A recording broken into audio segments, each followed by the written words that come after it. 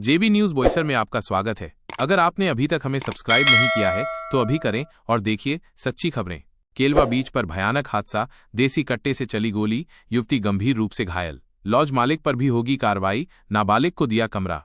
मुंबई से सटे पालघर जिले के केलवा बीच पर एक अविवाहित जोड़े की सैर एक दिल दहला देने वाले हादसे में बदल गई। युवक द्वारा लाए गए एक देसी कट्टे से अचानक गोली चल गई और उसकी साथी युवती गंभीर रूप से घायल हो गई। क्या हुआ था? जानकारी के मुताबिक बोईसर के दांडीपाड़ा लोखंडीपाड़ा इलाके का एक युवक अपनी नाबालिग प्रेमिका के साथ केलवा बीच घूमने गया था। दोनों प्रेमी राउत रेजिडेंसी नाम के एक लॉज में ठहरे थे। थोड़ी देर बाद प्रेमी ने अपने बैग से एक देसी कट्टा निकाला और अपनी प्रेमिका को दिखाया, फिर उसे वापस बैग में रख दिया।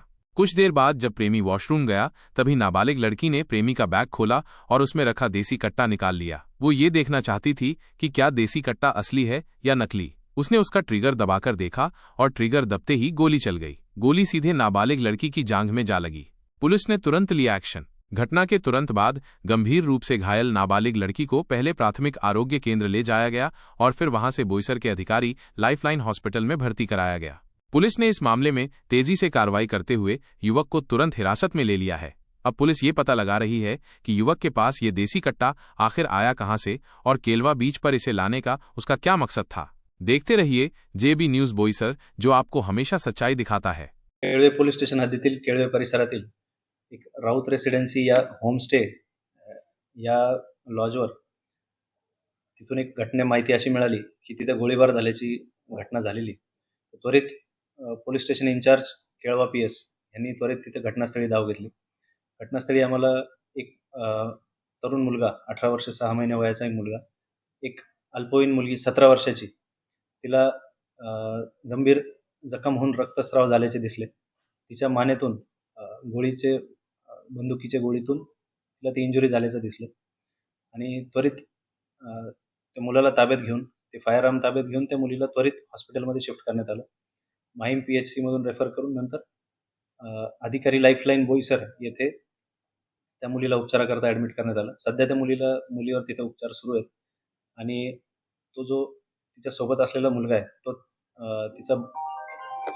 तिचा मित्र असल्याचे समजते, प्रियकर असल्याचे समजते आणि त्याच्याकडे ते अवैध शस्त्र, कट्टा किंवा कट्टा सदृश एक अवैध शस्त्र त्याने बाळगलेलं सोबत होतं आणि ते शस्त्र ते सोबत तिथं रूममध्ये असताना शस्त्र हाताळत असताना ॲक्सिडेंटल फायर झालेला असा प्राथमिक अंदाज बांधण्यात येतोय आणि मुलीची ट्रीटमेंट सध्या अधिकारी लाईफलाईन येथे सुरू असून आरोपीची सखोल चौकशी करून हा गुन्ह्याचा तपास करण्यात येत आहे.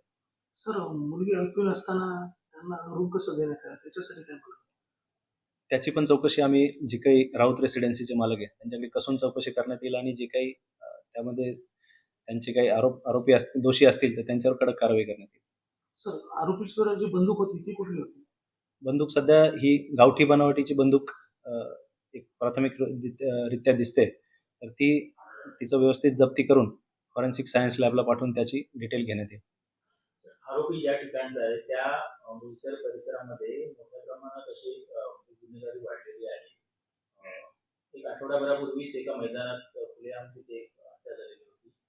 तर या संदर्भात गुन्हेगारीला आळा घालण्यासाठी आपण कशा पद्धतीने पावले उचलतो?